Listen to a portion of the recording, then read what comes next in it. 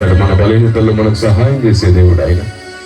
ప్రభువా, నీ పిల్లలందరి కోసం ప్రార్థన.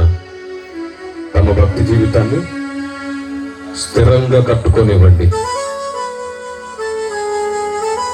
ధర్మ విరోధమైన ఆత్మ చేసే దాడి నుండి నీ పిల్లలు తమను తాము కాపాడుకొనివ్వండి. స్వభావంలో, మాట తీరులో, అర్థం చేసుకునే విధానంలో ధర్మ విరోధమైన ఆత్మ పనిచేస్తున్నప్పుడు ఆత్మదేవా, మాలోని చేదువేర్లను పెకలించండి. మేము అనుదినం మారాలనుకుంటున్నాం, మాకు నేర్పించండి. మమ్మల్ని సరిచేయండి. నీ రాకడ కొరకు మమ్మల్ని స్థిరపరచండి, సరిచేయండి.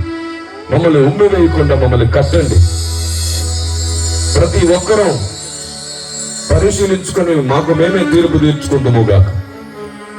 మనకు మనమే తీర్పు తీర్చుకునేడలా, మనల్ని మనమే హెచ్చరించుకునేడలా. ఈ మాట గుర్తుంచుకోండి మీ జీవిత కాలంలో.